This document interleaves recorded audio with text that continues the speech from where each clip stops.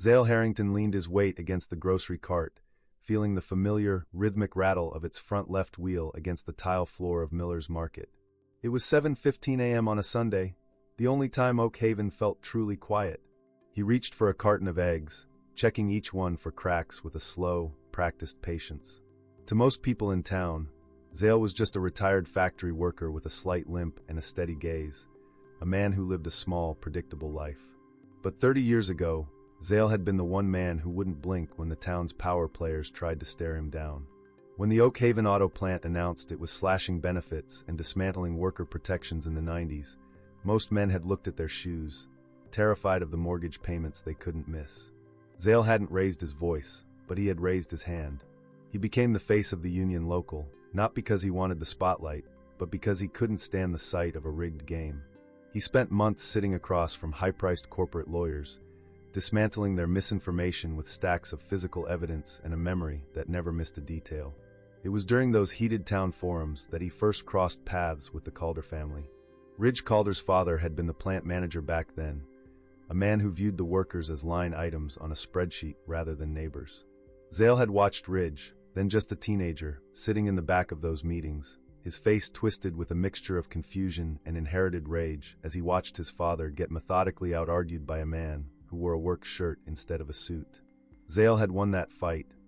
The union stayed, the benefits were protected, but he had unwittingly planted a seed of resentment in the young man who would eventually wear the sheriff's badge. Zael placed the eggs in his cart and moved toward the cereal aisle, his mind shifting back to the present. His son, Orion, had called from overseas 3 days ago. The connection was scratchy, filled with the hum of military satellite lag, but the pride in Orion's voice was unmistakable. Zael didn't ask about missions or locations. He just listened to the steady, disciplined tone of a man who had taken his father's principles and sharpened them into a weapon. Zael had taught Orion that fear was a choice, and that the only way to beat a bully was to stay calmer than they were. He reached for a box of oatmeal, his fingers brushing against the shelf. Oak Haven had changed over the last 12 years. The auto plant was a shell of rusted steel now, and the town's heartbeat had slowed to a crawl, but the fear Zael had fought against 3 decades ago had returned in a different form. Sheriff Ridge Calder had turned the county into a personal fiefdom, ruling through intimidation stops and inspection fees that kept the local shops in a state of quiet submission. Zael saw it every time a patrol car slowed down as it passed his modest house, or when the local deputies mocked him at the post office. Zael didn't move his eyes as he heard the heavy, slow thud of polished leather boots entering the aisle behind him. He didn't need to look to know who it was. The atmosphere in the store shifted instantly. The clerk at the front stopped bagging groceries, and the hum of the refrigerators seemed to get louder in the sudden silence. Ridge Calder wasn't in the store to buy milk. He was there because Zael Harrington was a living reminder of the one time his family had lost control, and with a federal auditor breathing down the sheriff's neck, Calder needed to prove to himself, and the town, that the ghost of the Union man could finally be broken. Zael gripped the handle of his cart, his knuckles white, and waited for the sound of the first footfall to close the gap. The bell above the automatic door didn't just chime. It seemed to announce an arrival that everyone in Miller's Market had been bracing for. Sheriff Ridge Calder stepped into the produce section, his boots striking the floor with a heavy, rhythmic authority that signaled he wasn't there for a casual Sunday morning errand. He adjusted his duty belt, the leather creaking in the sudden silence of the store, and scanned the aisles with the eyes of a man who looked for weaknesses rather than groceries. Calder was under a kind of pressure that most of Oak Haven couldn't see, but he felt it in every phone call from the county seat. Whispers of a federal audit were circulating, and state investigators were finally asking questions about the discretionary spending and asset forfeitures that had kept his department running like a private business for 12 years. The rot in Oak Haven wasn't an accident. It was an engineered system Calder had built to ensure that power stayed exactly where he wanted it, in his hands. He understood that his influence didn't come from the badge itself, but from the fear it could inspire in those who stepped out of line. As he moved past the deli counter, his presence caused a young clerk to drop a plastic container, the sound echoing like a gunshot in the quiet store. Calder didn't flinch. He needed a win, a public display of dominance to silence the growing rumors and remind the town that, regardless of what the feds were doing, he was still the highest law in these woods. He turned into the cereal aisle and stopped. There, standing quietly by the oatmeal, was Zael Harrington. To Calder, Zael wasn't just an elderly resident. He was a living piece of unfinished business, a symbol of the principled defiance that had once humiliated Calder's own father during the plant closures 30 years ago. The sight of the older man triggered a cold, calcified resentment that had been simmering since Calder was a teenager. Zael had been the variable Calder could never quite neutralize, the one man who refused to pay the inspection fees or lower his eyes when the patrol cars rolled by. Calder leaned back slightly, resting his hand on his holster in a way that was technically within regulation, but clearly intended as a threat. He watched Zael for a long moment, waiting for the older man to show a flicker of nerves, but Zael remained steady, his hand resting calmly on his grocery cart. The sheriff felt the walls of the federal inquiry closing in, and in that moment, he decided that Zael would be the lesson the town needed. The brutality he was about to unleash wasn't a loss of control. It was a performance designed to send a message that no one, especially not a relic from a Union-fighting past, was untouchable. "Morning, Zael," Calder said, his voice dropping into a low, dangerous register that didn't carry past the aisle. "You're out early. I hope you've got your receipts in order. I'd hate to think there's anything in that cart that doesn't belong to you." It was a classic Calder opening, a baseless accusation framed as a friendly check-in, designed to force a defensive reaction. He stepped closer, invading Zael's personal space, his shadow falling over the elderly man. Calder knew that in 2026, everyone had a camera, but he had spent a decade believing he was the narrator of every story in Oak Haven. He didn't see the lens in the corner of the store or the phones already being pulled from pockets. He only saw a target he had been waiting 30 years to hit. Calder didn't wait for an answer before he reached out and shoved Zael's grocery cart aside, the metal frame clattering against a display of canned soup. The movement was sharp and aggressive, intended to off-balance the older man and draw a reaction that could be labeled as resisting. Zael stood his ground, his hands dropping to his sides, his face a mask of disciplined calm that seemed to infuriate the sheriff even more. "I asked you a question, Harrington," Calder barked, his voice rising so it echoed into the neighboring aisles, ensuring the shoppers near the milk glass and bread racks were watching. "What's in your pockets? We've had reports of shoplifting this morning, and you're acting awfully nervous." "I haven't even made it to the register yet, Ridge," Zael said, his voice low and steady. "And we both know I'm not a thief. If you're looking to settle an old score, doing it in the middle of a grocery store in front of your neighbors is a coward's way." The word coward snapped the last thread of Calder's restraint. He lunged forward, grabbing Zael by the collar of his plaid shirt and slamming him back against the metal shelving. The impact sent boxes of oatmeal tumbling to the floor. A young woman at the end of the aisle gasped, her phone already held high to record the scene. Calder didn't care. In his mind, he was still the king of Oak Haven, and humiliation was a tool he used to keep the rot from spreading. "You think you're still the big man from the Union Hall?" Calder hissed, his face inches from Zael's. "You're nothing but a relic, and I'm the law." He spun Zael around with a violent wrenching motion, forcing the 70-year-old man's face against the edge of a shelf. Zael didn't cry out, but the sound of his breath hitching was audible in the sudden, heavy silence of the store. Calder pulled a pair of steel handcuffs from his belt, the ratcheting sound loud and cold. He didn't just place them on. He jerked Zael's arms upward with enough force to strain the shoulders, clicking the metal shut with a brutal finality. Shoppers began to protest, their voices a mix of shock and rising anger. "He wasn't doing anything," someone shouted from the produce section. "Leave him alone, Sheriff." Calder ignored them, his focus entirely on the man in his grip. He wanted the town to see this. He wanted them to see that no amount of history or principle could protect them if they crossed him. He began to drag Zael toward the front of the store, the elderly man struggling to keep his footing on the slick tile. Every foot of the walk was a performative act of dominance, a message sent to anyone who might be talking to federal auditors or questioning Calder's undocumented accounts. Zael's face was pale, a thin line of blood trickling from a scrape on his forehead where he had hit the shelf, but his eyes remained fixed on the exit. He knew what Calder didn't, that 2026 was not 1996. He could see the glow of a dozen smartphone screens following their progress. Calder thought he was asserting control, but he was actually broadcasting his own downfall in high definition. As they reached the automatic doors, the cool morning air hit them, but the heat of the town's collective outrage was just beginning to simmer. Calder shoved Zael toward the back of the patrol car, unaware that the variable he had never managed to neutralize was about to be replaced by a far more dangerous one. Orion Harrington didn't just walk away from Oak Haven. He executed a tactical withdrawal that would redefine the rest of his life. At 16, he stood on the cracked sidewalk outside the county courthouse and watched Ridge Calder, then a rising deputy, mock his father's union activism with a smirk that felt like a physical blow.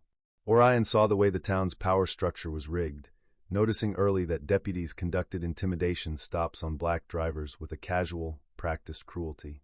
He realized then that systems don't fail by accident. They are directed by men like Calder who thrive on controlling who is afraid. That realization didn't make Orion angry, it made him focused. He refused to ever feel powerless again, and he knew that to survive a predator, he had to become something the predator couldn't even categorize. The path he chose was the most selective military pipeline in existence, the United States Navy SEALs. Orion didn't join for the glory or the movies, he joined for the mastery. He arrived at BUD/S in Coronado seeking a psychological filtration that most men couldn't fathom. He endured the surf torture, lying in the freezing Pacific with his arms linked to his teammates, feeling the onset of hypothermia while instructors screamed for him to quit. He pushed through Hell Week, a relentless drill of sleep deprivation and physical trauma designed to strip away everything but a man's core identity. In those moments, when his body wanted to fail, Orion would visualize the smirk on Ridge Calder's face back in Oak Haven. He used that memory as fuel to stay in the water longer, to run faster, and to remain perfectly calm under extreme stress. Orion's transformation was absolute. He learned to operate in the gray space, where chaos is the norm and unpredictability is the only constant. He rose through the ranks, eventually leading classified joint operations and multinational teams in high-threat environments. He became a man who briefed senior defense officials on mission risk assessments, an operator who understood that victory is won in the details and the intelligence gathered before the first shot is ever fired. While Calder spent 12 years rotting in the small-town power of Oak Haven, Orion was becoming a tactical variable with a global reach. To Calder, Orion was still just that Harrington boy who left town, a teenager he had successfully intimidated years ago. The sheriff had no idea that the boy had been replaced by a man who led secret missions overseas and commanded men in combat conditions. This oversight by Calder would be his ultimate undoing. Orion had mastered the art of total systemic extraction, the ability to find the pressure points of an enemy and dismantle them with clinical precision. He didn't just learn how to fight, he learned how to dismantle regimes by controlling the narrative and the evidence. By the time he received the notification about his father, Orion was a master of performance under stress. He knew how to wait, how to watch, and how to strike when the enemy felt most secure. Calder had spent his career bullying people who had no way to fight back, but he was about to realize that the Harrington family now possessed a set of skills he couldn't even begin to counter. The SATCOM terminal hummed in the corner of the darkened command tent, a steady, clinical vibration that signaled a secure data burst. Orion Harrington sat on a folding bench, his body still tense from a 12-hour mountain patrol, his knuckles scarred and stained with grease from repairing a team vehicle. He wasn't looking for news from home. He was waiting for an intelligence update on a localized insurgent cell.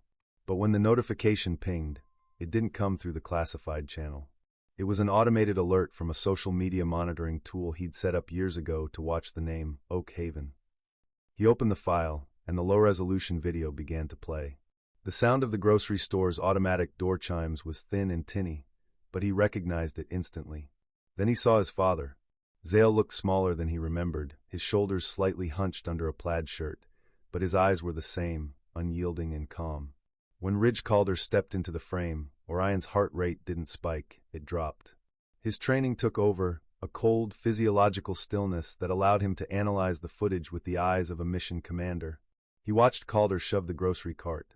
He watched the sheriff's hand drop to his holster, a classic intimidation posture used by men who lack actual authority. When Calder slammed Zael against the shelving, the sound of the metal rattling hit Orion like a physical force. He didn't yell. He didn't throw the tablet. He simply watched, memorizing the serial number on Calder's badge and the faces of the bystanders who were too afraid to move. He watched the line of blood form on his father's forehead, and he felt the shift inside himself. The Harrington boy was dead. In his place was a tactical variable that Ridge Calder had no way to account for. Orion closed the video and stood up, his movements fluid and efficient. He didn't need to see the millions of views the video was already racking up or read the comments screaming for justice. He knew how the system in Oak Haven worked. He knew that local outrage would be suppressed, and that the footage would be lost during discovery if it stayed within the county. He realized that this wasn't a problem for a lawyer. It was a problem that required a tactical extraction of a corrupt power structure. He walked over to his commanding officer's desk. He didn't ask for a favor. He presented a situation. He showed the video, explained the history of the engineered rot in his hometown, and requested his accumulated leave. His CO, a man who had seen Orion lead men through some of the most complex urban combat zones in the world, didn't say a word. He just looked at the screen, then at Orion, and signed the digital authorization. Orion spent the next 4 hours in front of a laptop, not packing his bags, but conducting a digital reconnaissance. He accessed property tax records, civil asset forfeiture logs, and the Oak Haven Sheriff's Department's public budget reports. He saw the inspection fees hidden in the margins. He saw the evaporated funds. He compiled a dossier that was cleaner and more damning than anything a state auditor could produce in a year. By the time he headed for the transport plane, Orion wasn't a grieving son returning for a funeral. He was a master of unconventional warfare heading home to turn a small-town sheriff's world into a high-stakes combat zone. Calder had spent decades making people afraid of him, but he was about to learn that fear is a two-way street when the person you've wronged is trained to navigate it in the dark. Orion drove into Oak Haven at 3 a.m. in a rented, nondescript silver sedan, the kind of car that disappears into the background of a suburban street. He didn't head to his father's house, which he knew would be under casual surveillance by a deputy in a parked cruiser. Instead, he pulled into the gravel lot of a 24-hour truck stop on the edge of the county line. He wasn't there to sleep. He opened his laptop, tethered it to a secure satellite hotspot, and began the process of pattern analysis he had used to map insurgent networks in the Middle East. He started with the town's digital infrastructure. Most small-town departments think their firewalls are impenetrable because they bought an expensive software package, but Orion knew that the weakest link was always human. He didn't need to hack the system. He just needed to look at the metadata of the public records Calder's office had filed over the last 5 years. He cross-referenced the dates of discretionary fund, withdrawals with the sheriff's personal travel, and the purchase of high-end tactical gear that never seemed to make it to the deputies' lockers. By sunrise, Orion had mapped the loyalty network. He identified 3 deputies whose bank deposits showed regular cash infusions that didn't align with a county salary. He traced these back to a shell company linked to a local developer who had been granted expedited permits for a new shopping center. This was the engineered rot his father had warned him about, a closed loop of kickbacks and intimidation that kept the town's economy under Calder's thumb. Orion spent the morning on the move, maintaining a low-signature presence. He swapped his rental car for a beat-up pickup truck he'd prearranged through a contact from his high school days, someone who had been bullied by Calder's father and was more than happy to help that Harrington boy without asking questions. He drove past the grocery store where his father had been assaulted, noting the position of the exterior cameras and the blind spots in the parking lot. He wasn't looking for a fight. He was looking for the kill chain of evidence. He spent 2 hours in the public library, ostensibly using the microfilm machine, but actually observing the sheriff's deputies as they came and went from the diner across the street. He noticed their lack of discipline, the way they left their patrol bags in unlocked cars, the way they gossiped about Calder's state auditor problem while waiting for their coffee. They were complacent, convinced of their own invulnerability because no one had ever pushed back. By late afternoon, Orion had everything he needed. He had a digital dossier containing 3 years of laundered inspection fees and the names of the loyalists who were helping Calder hide the money. He also had something better. He had located the original, unedited surveillance footage from Miller's Market. Calder's deputies had confiscated the store's hard drive, but they were too technologically illiterate to realize that the system backed up to a secondary, off-site server managed by a third-party company in the next state. Orion didn't call the local police. He didn't go to the mayor. He sent the entire encrypted package to a contact at the FBI's Public Corruption Unit and a secondary copy to the state auditor's lead investigator. He knew that in a town like Oak Haven, the only way to kill the rot was to bring in a force that Calder couldn't intimidate or buy. As he watched the upload complete bar flash on his screen, Orion felt the cold, familiar stillness of a mission moving into its final phase. He was no longer just a son. He was the architect of Ridge Calder's total systemic collapse. Orion walked into the Oak Haven Sheriff's Department at 10 a.m., carrying nothing but a slim, ruggedized laptop and a burner phone. The air in the lobby smelled of stale coffee and industrial floor cleaner. Behind the ballistic glass, a deputy Orion recognized from high school looked up, his expression shifting from boredom to a smirk when he realized who was standing there. To the deputy, Orion was still just the Harrington boy who had run away to the military, a kid whose father was currently sitting in a holding cell down the hall. "He's not seeing visitors, Orion," the deputy said, leaning back. "Your old man's in for a long stretch. Resisting shoplifting, the works. You should have stayed wherever you were." Orion didn't react. He didn't raise his voice or show a flicker of the surf torture discipline he'd mastered in Coronado. He simply set the laptop on the narrow counter and turned the screen toward the glass. "I'm not here as a visitor. I'm here to deliver a discovery packet. Tell Calder to come out here, or I hit send on a file that's currently queued for the Department of Justice's Public Integrity section." The deputy's smirk faltered. He picked up the intercom. 2 minutes later, Ridge Calder stepped through the heavy security door, his shirt sleeves rolled up, looking every bit the small-town king. He saw Orion and laughed, a dry, hollow sound. "You think because you wore a uniform for a few years, you can walk into my house and make demands? Get out of here before I put you in the cell next to him." "Look at the screen, Ridge," Orion said, his voice as cold and flat as a mountain stream. Calder glanced down. His face went from flushed to a sickly, ashen gray. On the screen was a scrolling ledger of the inspection leniency fees Orion had harvested from the cloud-synced server. It wasn't just numbers. It was a line-by-line breakdown of every kickback Calder had taken from the shopping center developer, complete with the corresponding bank routing numbers for his undocumented accounts. Below that, a secondary window played the unedited, 4K footage from Miller's Market, the footage Calder's deputies thought they had successfully erased. "That's a fabrication," Calder hissed, though his hand began to twitch near his belt. "It's a mirror," Orion corrected. "While you were playing sheriff in a town that's too small for your ego, I was leading teams that dismantle entire insurgent financial networks. You underestimated the Harrington boy, because you only remember the teenager you bullied. You forgot that I grew up and learned how to fight in a way you can't even comprehend." Orion tapped a key, and a map of Oak Haven appeared, dotted with red markers. "Those are your loyalists. I've already sent their names to the state auditor. At this exact moment, a federal grand jury is reviewing the asset forfeiture funds that evaporated last fiscal year. The net isn't just closing, Ridge. It's already tight." The precinct went silent. The other deputies, sensing the shift in gravity, began to step away from Calder. They were survivors first and loyalists second. Orion saw the moment Calder realized he was alone. The sheriff wasn't looking at a grieving son. He was looking at a mission commander who had just completed a successful tactical extraction of his entire life. "Release my father," Orion said, the words a command, not a request. "The feds will be here in less than an hour. If he's still in that cell when they arrive, I'll make sure the prosecutor knows exactly who gave the order to falsify the arrest report." Calder didn't speak. He turned to the deputy behind the glass and gave a short, jerky nod. As the buzzer sounded to release Zael, Orion didn't celebrate. He just closed his laptop. He had used data as a surgical strike, proving that in a world of high-definition truth, a badge is not a shield against the math of your own corruption. The sirens that approached the Oak Haven Sheriff's Department weren't the local town's units. They were the deep, low-frequency wails of federal SUVs and state police cruisers.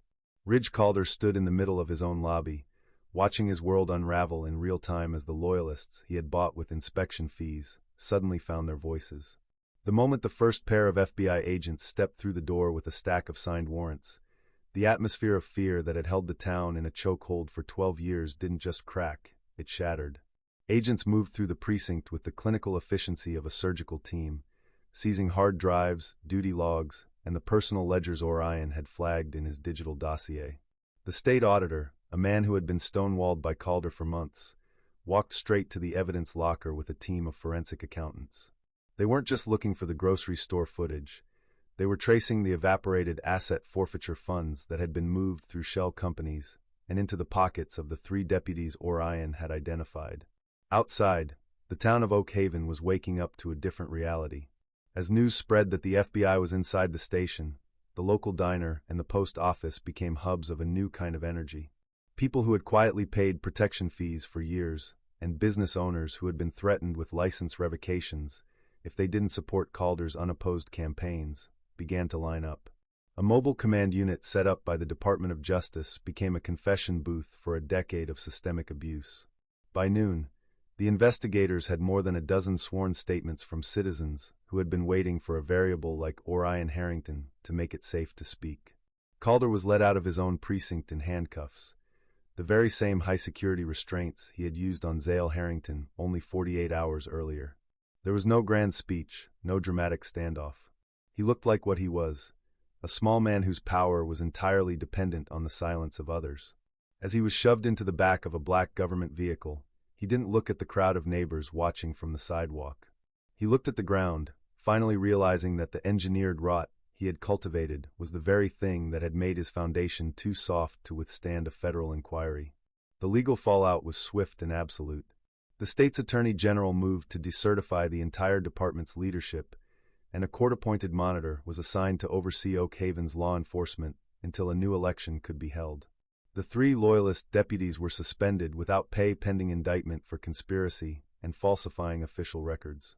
The mountain of testimony grew so large that the county's insurance provider refused to even attempt a defense, knowing that a jury would likely award a settlement that would bankrupt the local government. Zael Harrington sat on the porch of his home, his son Orion standing beside him, as the evening news broadcast the image of the sheriff's star being stripped from the station's wall. For 30 years, Zael had carried the weight of a humiliation that started at a union hall. Now that weight was gone. The system had tried to malfunction by design, but it had been corrected by a man who understood that truth is the only variable that eventually balances every equation. The net was closed, the rot was being purged, and for the first time in a generation, Oak Haven breathed without permission. 5 years after the sirens faded, Zael Harrington sat at the head of a long table in the newly renovated wing of the Oak Haven Community Center, now officially renamed the Harrington Advocacy Center. The building didn't represent a payout. It represented a permanent shift in the town's DNA. Zael looked down at the agenda for the evening's board meeting, his fingers steady as he reviewed the new scholarship funds for local trade students. He wasn't the target of a sheriff's vendetta anymore. He was the guardian of the town's accountability. The settlement from the federal civil rights lawsuit had been substantial, but Orion hadn't let a cent of it sit idle in a bank. They had funneled the resources into creating a legal aid clinic and a whistleblower protection program, ensuring that no business owner or worker in Oak Haven would ever have to face an inspection fee in silence again. The town was thriving, not through fear, but through the transparent, evidence-based systems Zael had advocated for during his union days. New businesses were moving in, attracted by a local government that was now monitored by a third-party ethics commission, a direct result of the Harrington variable. Orion stood at the back of the room, his posture still marked by the discipline of the teams he used to lead. He had transitioned out of active duty and now worked as a consultant for the Department of Justice, specializing in dismantling corruption in small-town law enforcement across the country. He didn't wear a uniform, but the authority he carried was undeniable. He watched his father lead the meeting with the same calm, methodical patience that had once dismantled a plant manager's lies. They had achieved total systemic extraction, replacing the rot of the Calder era with a foundation of genuine public service. 800 miles away, in a federal correctional facility, Ridge Calder sat on a narrow cot, staring at the gray concrete of his cell. His 12-year reign had been reduced to a case number and a series of mandatory work shifts in the prison laundry. For the first few years, he had blamed the federal auditors, the disloyal deputies, and the liberal media. But in the long, silent hours of lockup, the truth finally began to sink in. He hadn't been defeated by a political shift or a lucky break. He had been dismantled by the one person he had dismissed as a non-entity. Calder finally understood that his mistake wasn't just assaulting Zael. It was failing to realize that the Harrington boy had become a master of the very shadows Calder tried to hide in. He had underestimated the psychological filtration of the SEAL teams and the tactical precision of a son who refused to let his father's dignity be erased. Every time a guard called his name or he stood in a chow line, Calder was reminded that power isn't about the badge you wear, but the character of the people you try to oppress. Back in Oak Haven, the meeting adjourned, and Zael walked over to his son. They stepped out into the cool evening air, looking at a town that was finally at peace. The grocery store where it all began now had a sign in the window welcoming all residents, and the local patrol cars were driven by officers who were trained to look at facts before they looked at faces. Zael gripped Orion's shoulder, a silent acknowledgement of the war they had won. They had proven that ownership isn't just about a deed or a license. It's about the resilience to demand the truth until the system has no choice but to listen. Thank you for watching this video. Hit the subscribe button, like, and comment to get more videos that deserves justice.